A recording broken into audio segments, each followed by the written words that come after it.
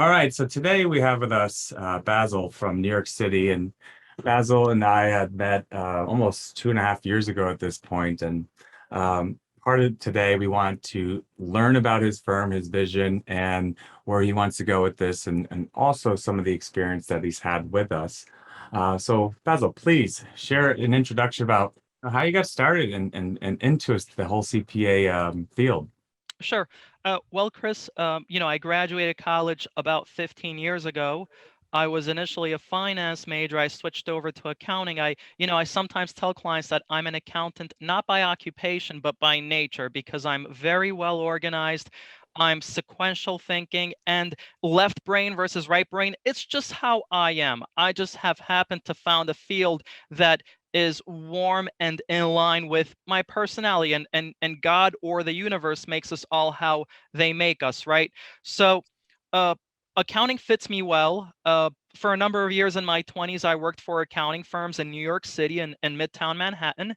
And I worked in my last employment with a boutique CPA firm that worked with high-end art galleries and super rich artists. It's in that time that I was actually also dating an artist, and I would go to a lot of art shows and art receptions, and people would start to ask me, you socialize with people, what is it that you do? You're an accountant. And I became an accountant for artists. And when I went out on my own, I continued to advertise and brand myself as an accountant for artists and creatives. Now, because I'm not targeting the 1% or have the economic might for them, I've been working with freelancers, with small artists, people who are middle class, sometimes people who are frankly working poor. And that being said, my model, Chris, for growth is ultimately to be like a mini H&R Block that provides only CPA or EA grade service. H&R Block services are way diluted, but they, like us, provide services to the masses. You see, if I charge on average $300 per tax return, that can be viewed as very modest to some, and there are some accounting firms that would simply laugh at that and not even consider that. However, when you have 1,000, 10,000, 30,000 such clients, ultimately that's how you can grow to scale. I won't to get wordy, but my thought process is more Ford versus Ferrari. When you aim for the masses, you can aim wider than when you aim for the esoteric few. It also allows me to systemize, and thanks to Entigrity, to a strong, reliable, dependable firm like Entigrity, I know that if I find, we'll just say, my additional needs in the off season and come back to Entigrity and say, I'm going to be advertising in 5 additional cities. I need 3 more staff. Entigrity will provide that for me.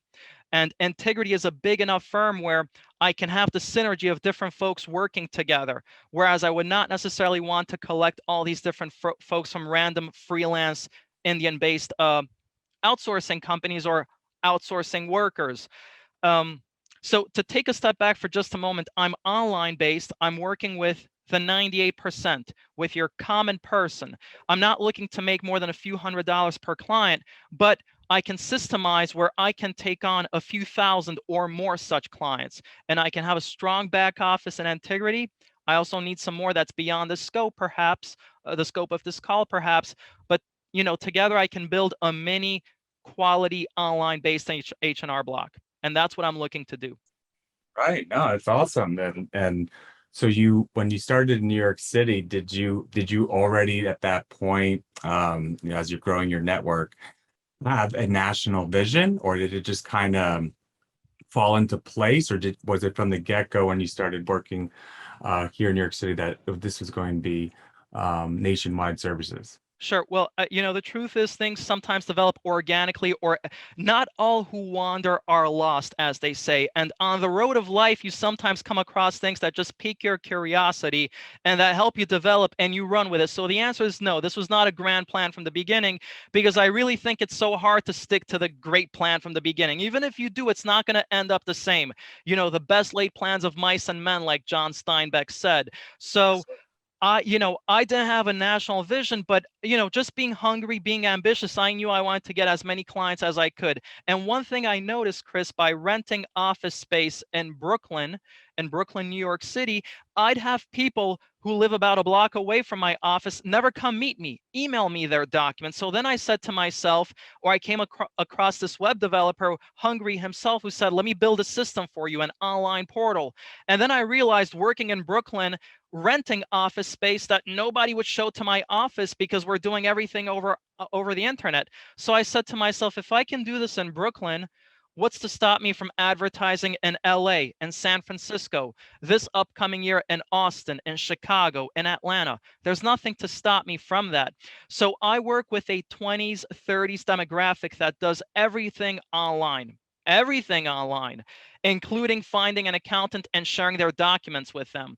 So it's kind of like the times and the demographic of my client base that makes scaling easy for me.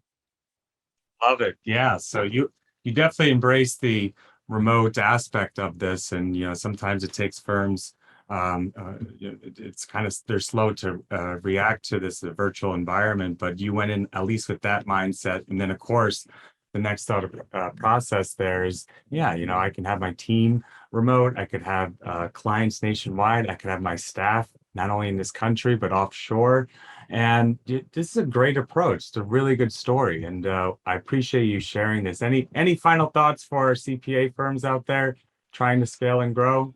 Um, I also think it depends on your demographic. Clearly, if you are the poor man's accountant, which bluntly I am, you may not necessarily take the same approach. A larger client requires more refined, sophisticated means of communication. They may need some in-person meeting. Frankly, if you have an accountant that drops a $50,000 accounting bill on you per year, you may want to have some in-person meetings.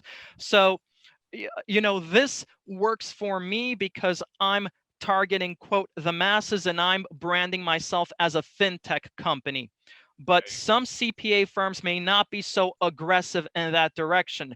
I also work with clients who are, because they're in their 20s and 30s and happen to be among that progressive, tech savvy component of society, it's just how they do things. But I'll tell you this, Chris, I was interviewing an EA, an enrolled agent, earlier this year with 20 years of experience to work for me. As if there's any EAs or CPAs out there with no less than 7 years of experience needing work, if you guys need work, please come to me. I have work, good, well-paid work for you. But I was interviewing this person, Chris, and he could not even navigate the Google Drive. My uncle my uncle has about 700 clients, but he's your typical successful local tax preparer. So, Right. it's kind of like everyone in society uh, adapts at different paces. Some people are in tune with the latest technology. Other people think that them discovering Facebook yesterday makes them tech pioneers. It's been around for like 15 plus years.